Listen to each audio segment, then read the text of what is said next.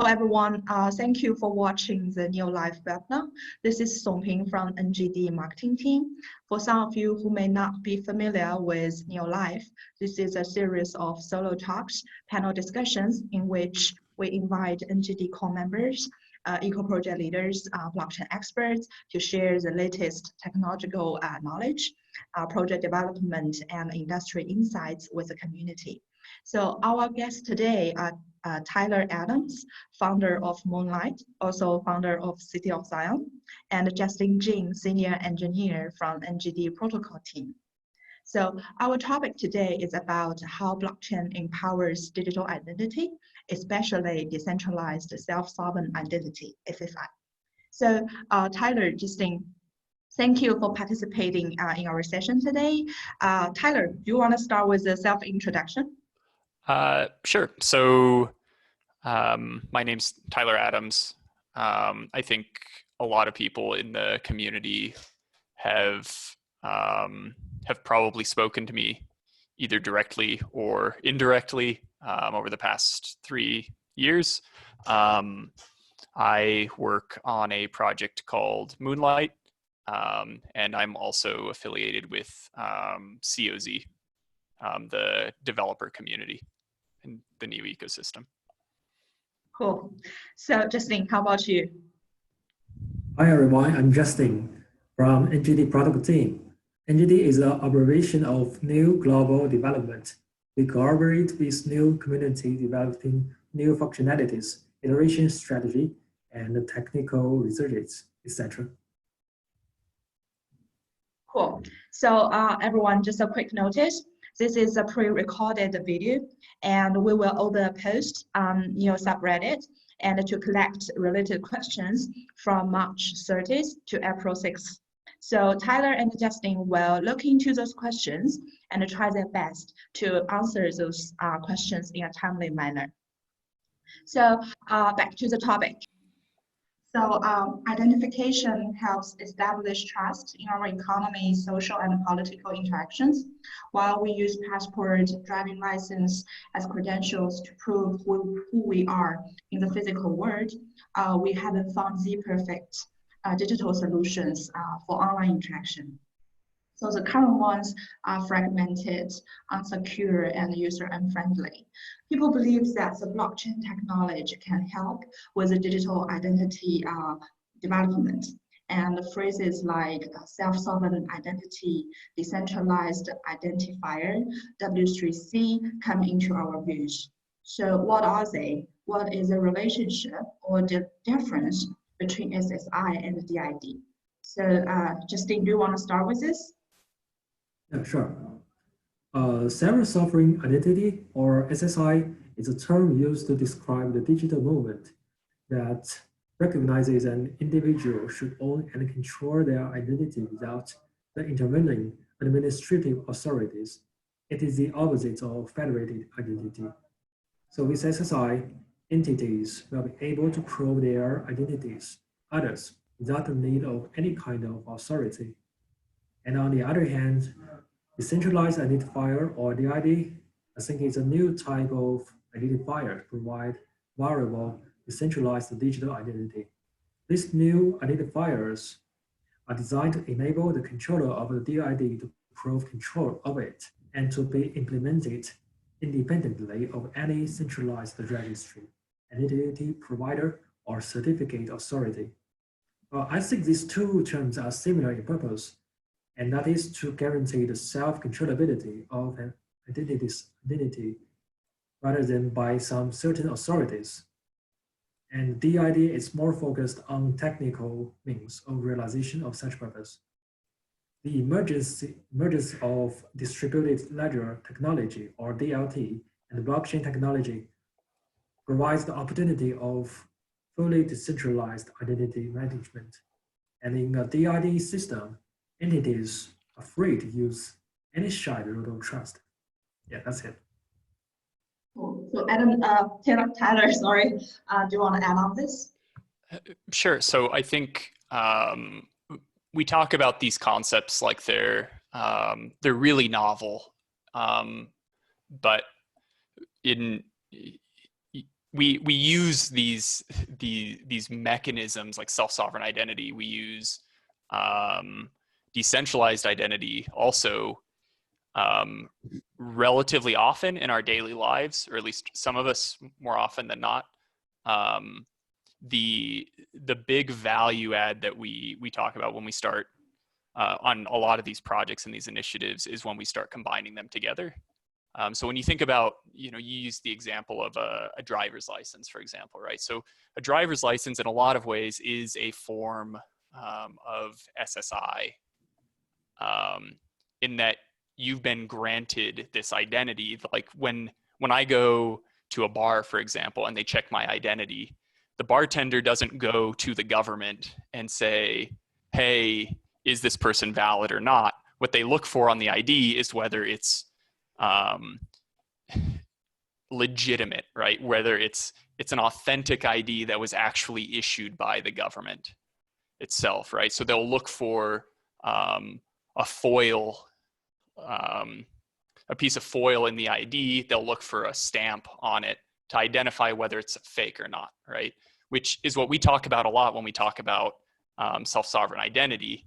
The big difference here is that, like, when you want to go get a new identity, right, you still need to go back to the central authority to get it. And if that authority disappears, you're in kind of a difficult situation, right? And in a lot of cases, when we talk about having access to that, well, like if I lose my driver's license, for example, I'm kind of out of luck. I'm done, right? I need to go request that data again. So when we start talking about like decentralized identity with self-sovereign identity, I think that's where a lot of the value of these things comes into play, especially when we're talking about the digital space, where say this government entity that issued the driver's license doesn't exist anymore and I lose my driver's license. Well, in the DID SSI ecosystem, that can't really happen, right? You always have access somehow to it as long as you have an internet connection, right? You can always access and prove your name, your age, and even more specifically, your date of birth, all of this information. So I think that's where the real power is in this, in these types of solutions. And blockchain really is one of the enablers there because it brings that decentralized piece to light or to fruition. In my understanding, sounds like the SSI is more similar to the real world password approach, like which the users takes the control back from the service provider, and the decentralized actually take a step further, which is leverage the digital advantages. Yep. You don't need to kind of lose your password and apply it again and again. Because of the digitized and distributed nature, you don't need to do such thing anymore. So my second question will be more focused on the security. So as mentioned, that's the traditional digital identity management, especially the centralized managed database, is a golden mine for hackers. So with the help of blockchain, how can SSI solve the vulnerability from the technical point of view? And what is the current development and the implementation status of SSI? So Tyler, do you want to take the first step? Sure. So I think when we talk about these concepts, it's important to also talk about data entropy a lot. And by that, what I mean is that in this specific case, once I share information with you, you have that information, right? There's no real way of revoking that, because you can just write it down, right? You could always, like, say I give you access to my name and I verify that, you can write that information down. So, and I think that concept is really important when we talk about data security and privacy on the chain. Because really what a lot of these projects, their aim is on the verification and the proof piece of different attributes. And the privacy piece is kind of a separate, more difficult topic that impacts kind of the larger blockchain like privacy type of ecosystem, since really once you give somebody data, they have that information. What I do think these solutions provide a really strong framework for is the security of the original data itself. The data that's actually provable, right? So say right now, when I go to a website, I need to provide them with information, right? I'm providing them with a primary source. I'm typing the information in, they're storing it, and that's verified information, right?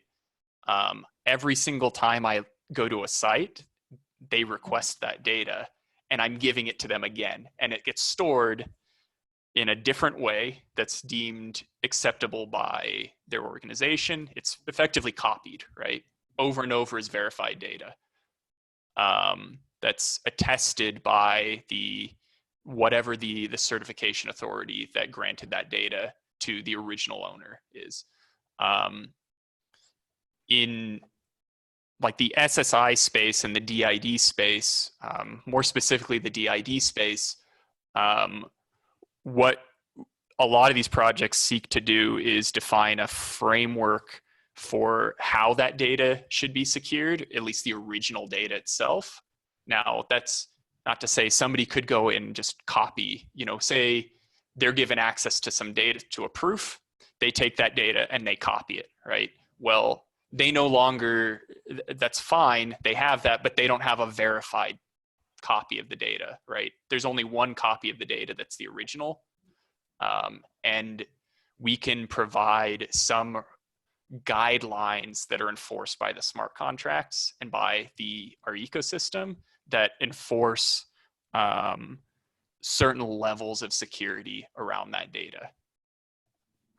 Like we can define how secure that original data set is, that all of the other data sets are drawn, or all of the other applications use. But at the end of the day, if you give access to your data to like a Facebook, for example, there's nothing saying that they're not just going to take that personal information and copy it into their own servers, right? So it's kind of a bittersweet answer, I guess, but that is the truth of the space. So Justin, how do you think about this? Now, in case of security, as we can see, data leakage and malicious usage currently give rise to tremendous problems. And I think SSI aims to solve this issue from the source, that is, avoiding the centralization of identities and allowing the owner to store and manage their identities. So the end user is then equipped to decide if, when, and what data to share with a third party that is requesting access to specific information about the user itself. So the third party, once in possession of this piece of digital information shared by the user, should then be capable of validating it.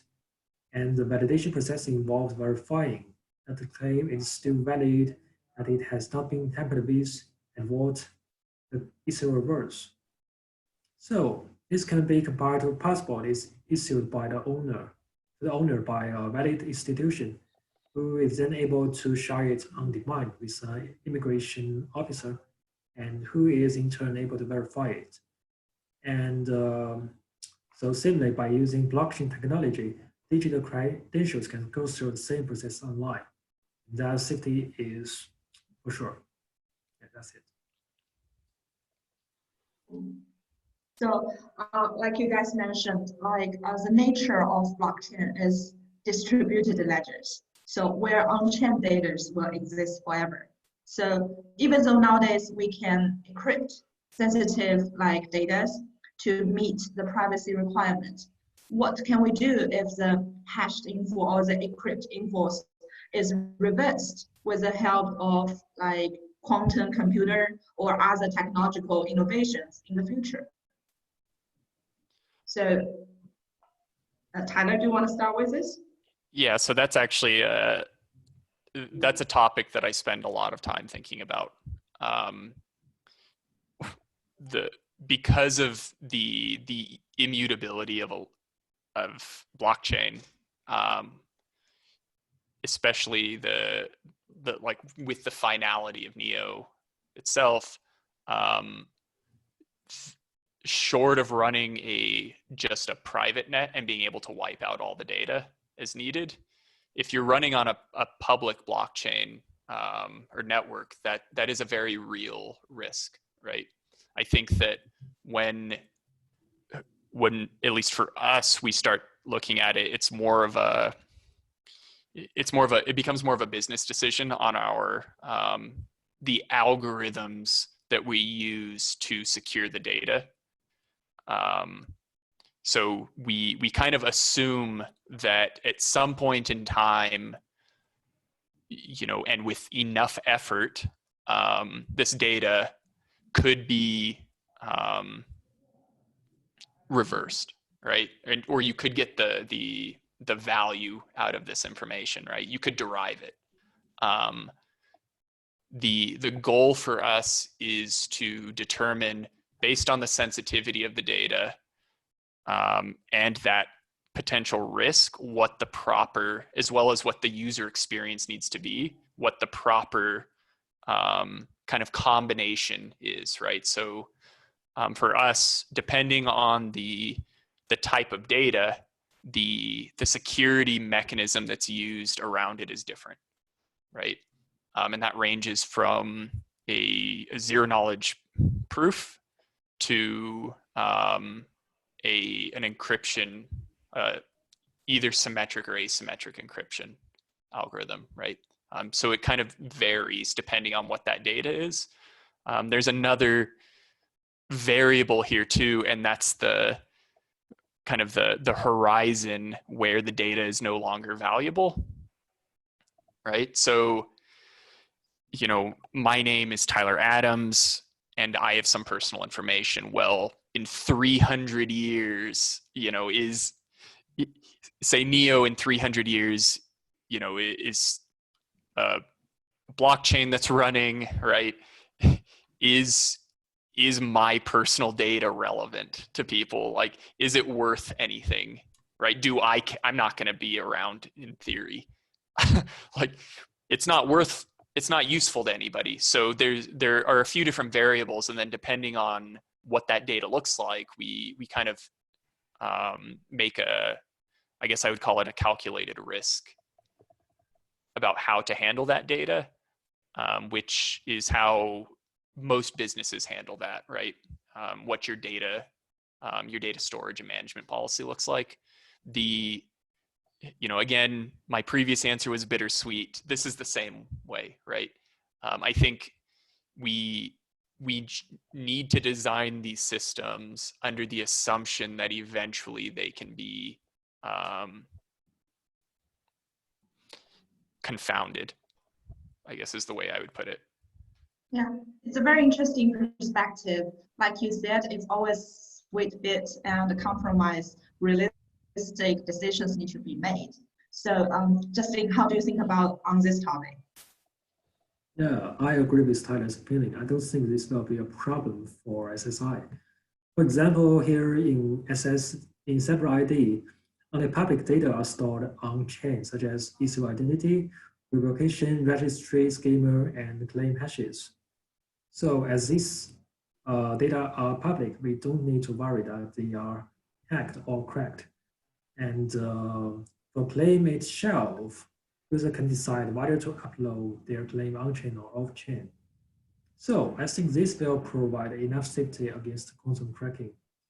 And my reason is as follows. Here, please note that hashing and encryption are different algorithms. Hashing is based on tremendous data loss, and cracking hash will first limit infinite search zone. So even if in the future, when quantum computing can crack encryption methods, such as ECC encoding in a countable time period, cracking original data from hashed data will still be an impossible task. And even if currently used hashing method can be cracked in the far future, it would be still so far away that current claims would no longer be carried by anyone else. Anybody alive, for example, we don't need to care things 300 years later. And Oh, actually, that's a good relief. yeah, actually. And for claims at that time, there should be other encryption and hashing algorithms in service which can resist quantum computing. And as far as I know, in fact, there are already researches upon anti-quantum cracking like NTRU, something like that, etc.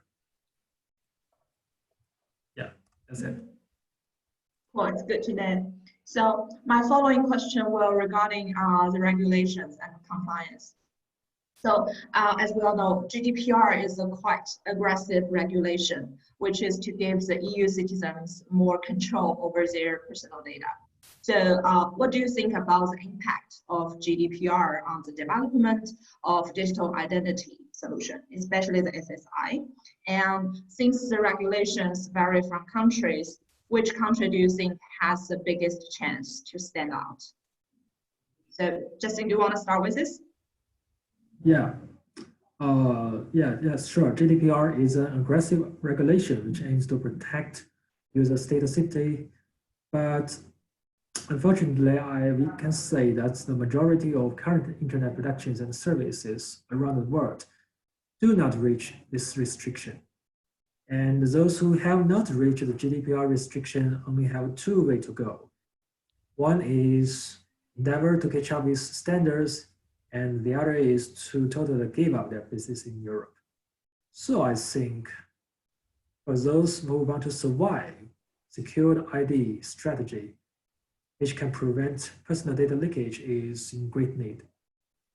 And I think the implementation of GDPR brings a good chance for SSI development, as SSI actually provides an exact suitable solution for GDPR.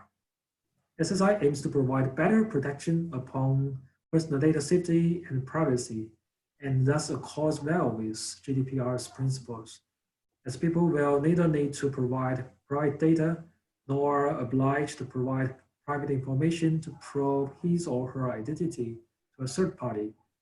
They won't need to worry that their personal private data leaked to public or misused by others for malicious usage. Yeah, that's my opinion. Cool. So Tyler, what's your thoughts on this?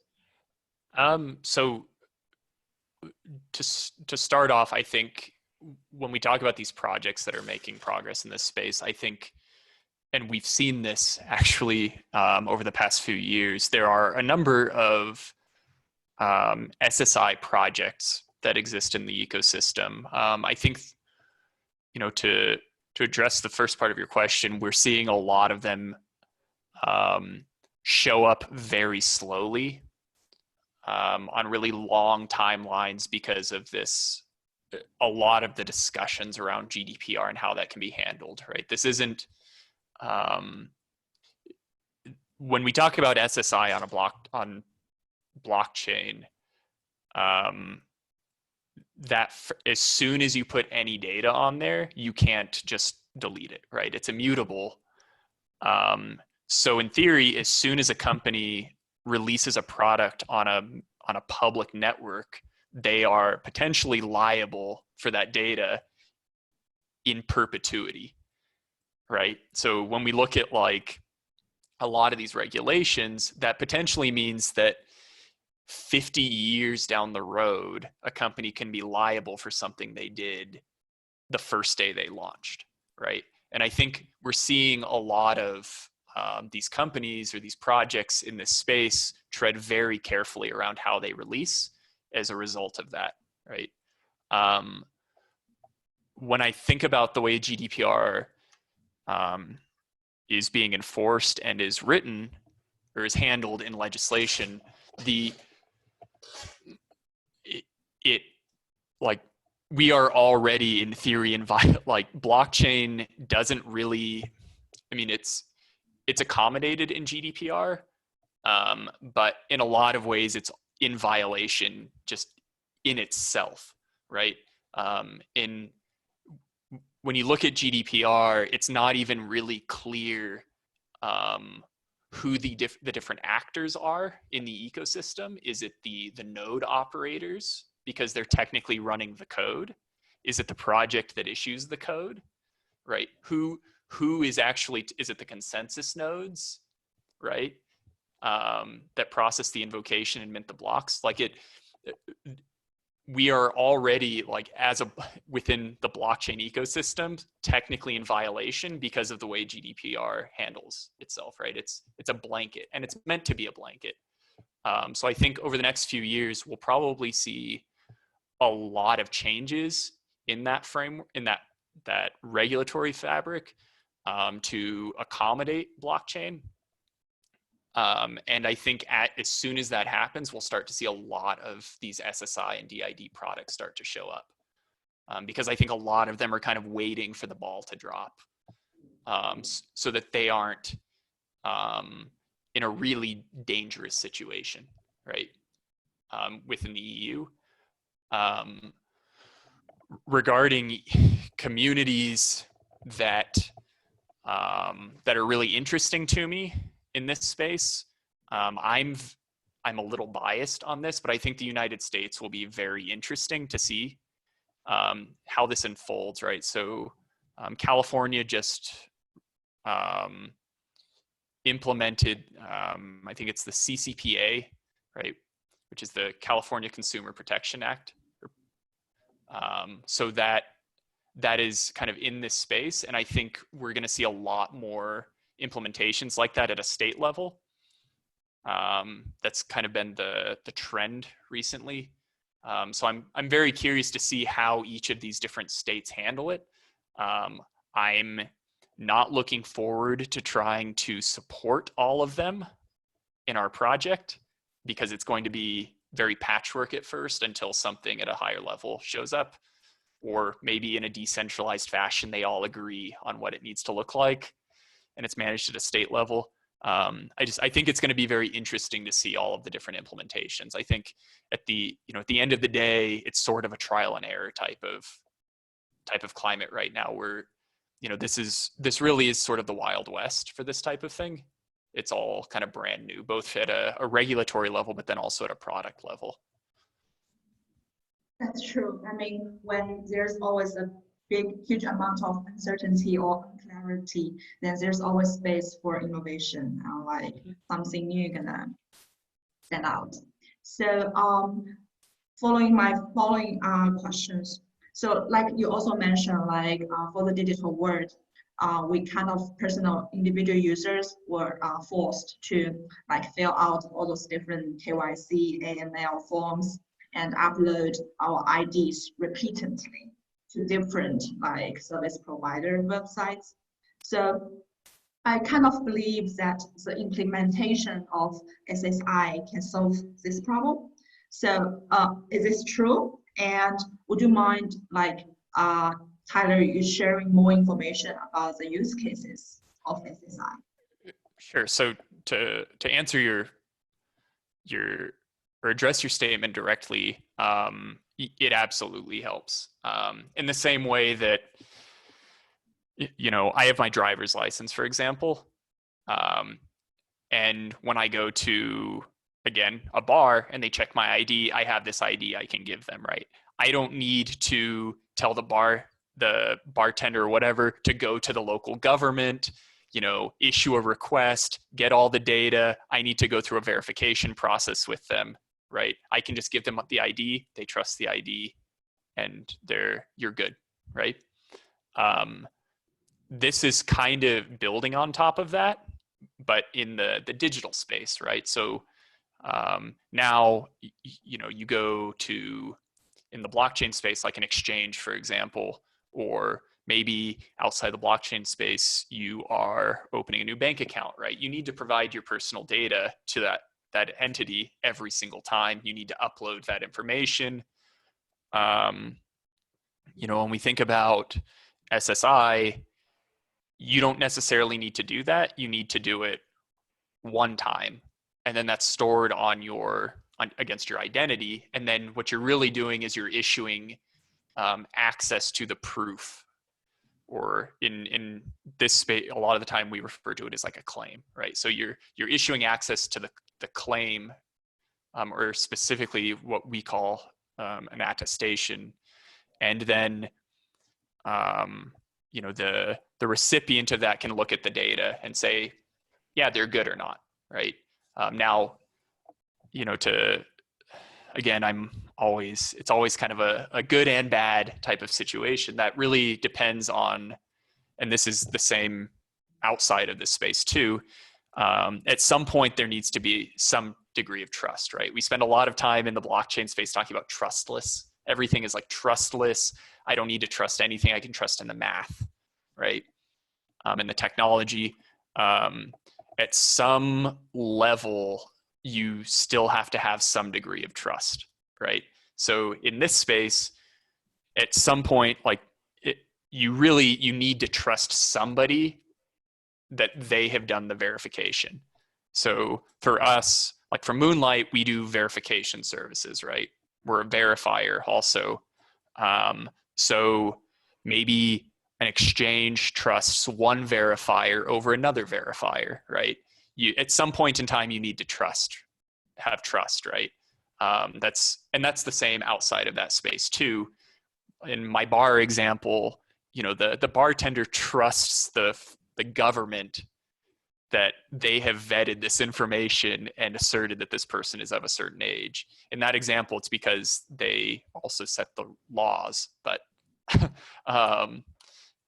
you know, at some point in this space, you have to have that.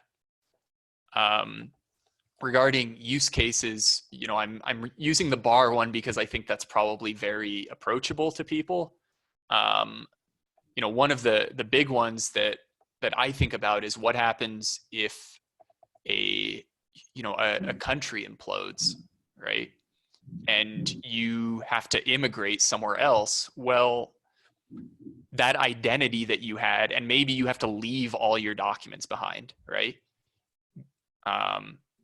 Well, you have no way of proving who you are anymore, right? You show up in a different country, you have to start over.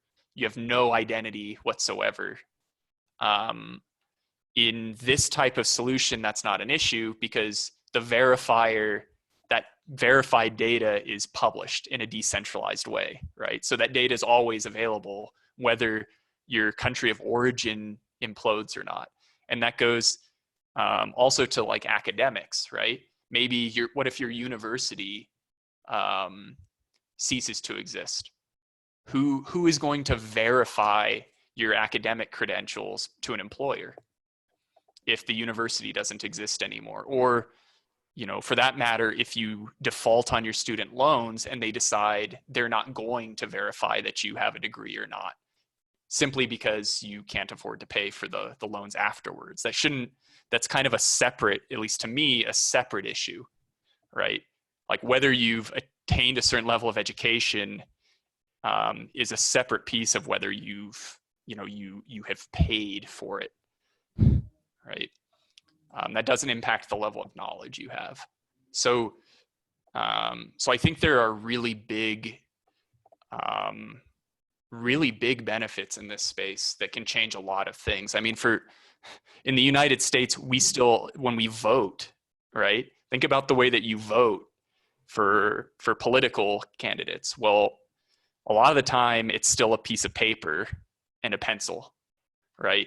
And one of the main reasons for that is because there's no like really legitimate way or good way to prove who you are in a digital area, right? Voter fraud and election rigging aside, like that is one of the big issues. That's a big technological issue, and this space is what's solving that, right? So I think, you know, in probably even earlier than 10 years, we're going to start seeing these types of solutions enabling entire sectors that weren't able to make any progress in the past. And that's, you know, for us, we spend a lot of time looking at like the professional sector for this. But, you know, it's not just isolated to that. As, you know, I've provided a number of examples. I think it's a really really enabling field that's been a limiting factor for a lot of different market segments. Yeah. I think the voting examples you mentioned is quite interesting because based on the like reality, a lot of people were kept away from voting for some like remote distance issues. And if it, I mean, with the help of like digital identity solutions, probably can achieve this like improve the voting rate in a safety and like stable overall context. Yeah. So Justin. Yeah. Yeah. So we can be more clear with the comparison. So let's suppose such a use case. Currently, when you need to register an account on the website, when you need to prove you are yourself, you will need to provide personal information such as name, ID number, phone number, etc. to be verified by an ID authority. And I think it's neither safe nor convenient. And by comparison, on separate IDs, things might be different. What you need to be can be shown here in a little example. Okay. Yeah. And here you want to show to somebody else that you are yourself, but you don't know what to do. So in separate ID, there can be two steps. The first step is you can create a digital ID claim with the help of a trustable issuer, and they will also push the claim hash on chain. And the second step is you will provide the claim hash to those you want to prove yourself to, as long as you share the same claim issuer. So like this, you will no longer need to fill in forms or provide private info everywhere. An ID claim hash will be very efficient. And here, please note that issuer is not equal to federated authority, because in separate ID, if an issuer has some misbehavior and is known by everybody else, people can just dislike this issuer and don't use it anymore. And in case of authority, obviously you cannot choose what the authority you want to trust. So that's the difference. Yeah. Cool. It's a very interesting geographic elaboration. So Tyler, I think you mentioned like you're running this project called Moonlight. And Moonlight also have developed their own like the called VVID. So we actually like tend to have the impression that Moonlight is a blockchain version of LinkedIn. So is this a correct inception? And what is this Moonlight VVID? How it works? Right. So to me, I don't. It's easy for me to draw similarities to LinkedIn, to a decentralized LinkedIn, right? Generally, when I think about it beyond the surface, though, I think it falls in the middle of a number of different products that exist right now. And I think that they all play together to build the Moonlight ecosystem, right? When you have things like peer-to-peer work completion, right? And resource allocation, those play really well in a decentralized world. And there's no real reason to have some centralized entity for that, right? And when we talk about like an SSI type of solution, in theory, those are all claims, right? Where you can prove that somebody has completed work for you and that you've resolved it. So, there hasn't been, I can throw a product idea out for somebody, so some of the developers that watch this, but something like an eBay would be another very similar and good use case for a blockchain where you have a peer-to-peer type of like eBay-like solution. But that's kind of the way that can work. We also, because of these types of obvious needs for our product, is a kind of a logical step for us also to have an SSI type of solution, right?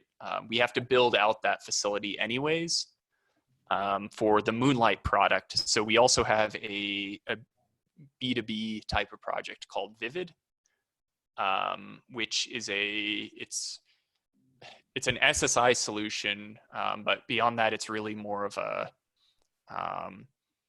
it's a single sign-on SSI type of solution, which is designed to provide verification workflows and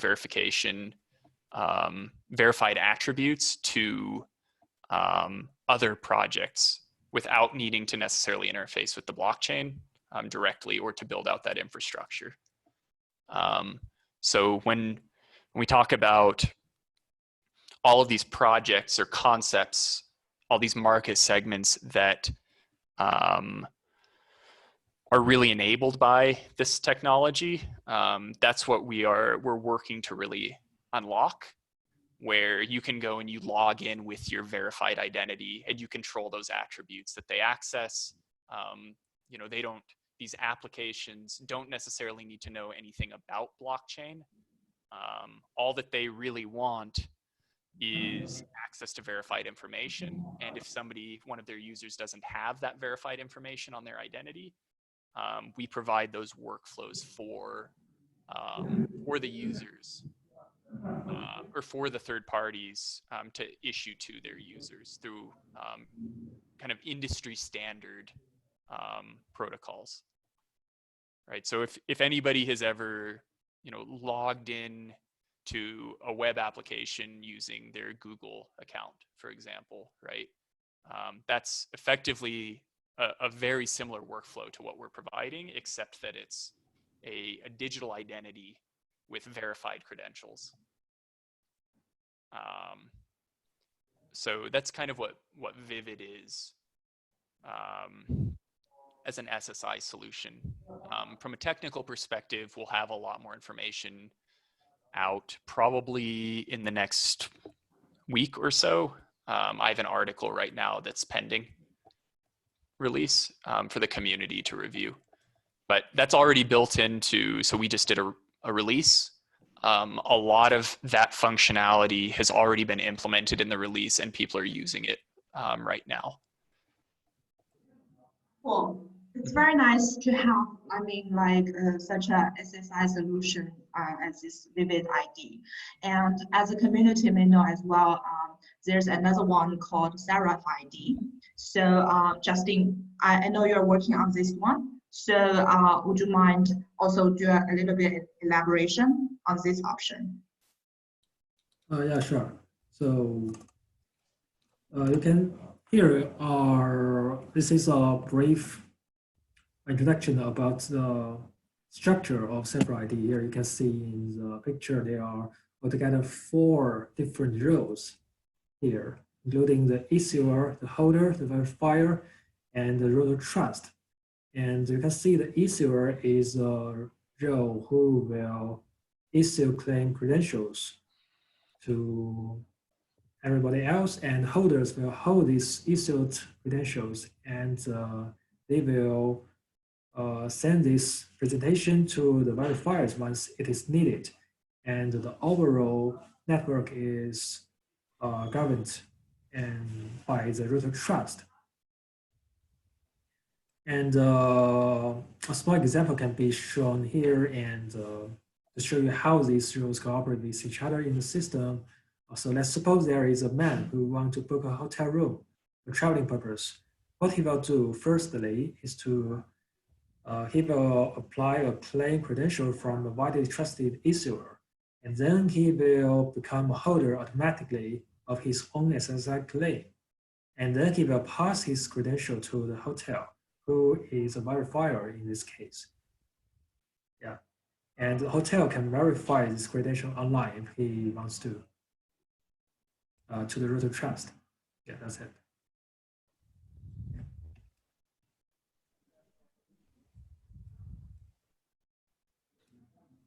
Yep. Justin, so is this the all you want to explain? Yeah, that's it. Cool.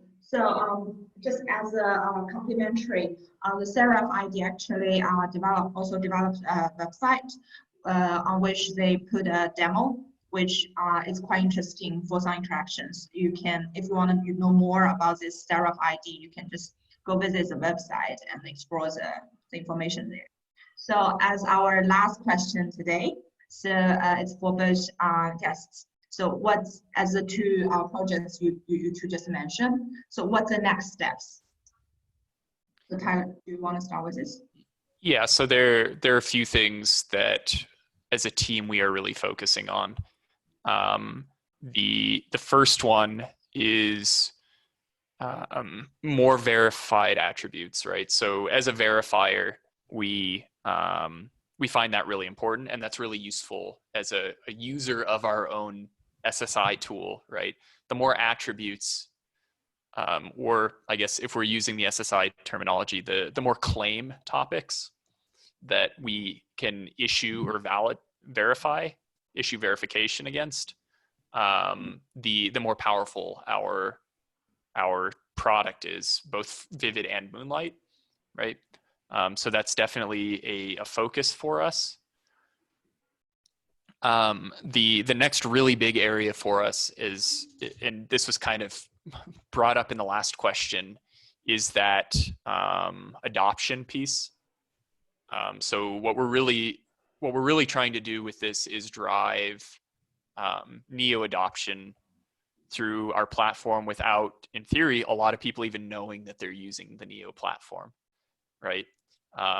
That's really our goal, is that we're introducing a middle layer where application developers can build out tools like Discord and Reddit, for example, but ones which use verified credentials to manage and govern the activity on their products. And they will be using an SSI solution built on Neo, but they won't actually know, they don't need to directly interface with the blockchain if they don't need to or want to. So that's really what our goal, one of our big goals is to build that platform out so that it's very easy for adoption of third-party applications. We'd really, with Vivid specifically, we want that platform to be a hub for many different applications to use, but be so streamlined that people don't really realize what they're doing with it, right? It's just it feels like part of the other applications that they're using. And to go back to one of your previous questions about this kind of idea of having to KYC over and over again, when you think about it, once say you go to some kind of Reddit which requires your verified name, right? Or we'll use the common one, email address, right? How many websites have you gone to where you've registered and you've had to verify your email address? Well, in this case, what if as part of our SSI solution, we have verified your email address? Maybe the first application that uses our login process, you go through the workflow to verify your email address, right? That's stored on your identity. Then the next application you go to where you log in with, you don't have to verify your email address because it's already been verified. All that you're doing is giving that application access to your email address that you've already verified. So you don't have to go through and type it in, receive the email, click the button. You don't have to do that anymore, right? You do it one time. And then every single application in the future that you log into, you never have to do it again. And we're using email, but what about your name, your age, your academic information? We didn't even talk about your medical records in this discussion, but that is a huge issue in the United States. If you switch doctors, right, you're reliant on the previous institution to share that information with your new care provider. But you only really have to do the storage of that data one time, and then you get to use that for your personal needs over and over and over again. So that's really what we are trying to focus on with Vivid as a product offering from within the Moonlight ecosystem. Sounds great. I think it's gonna look like a very seamless experience when it's all like integrated into the app.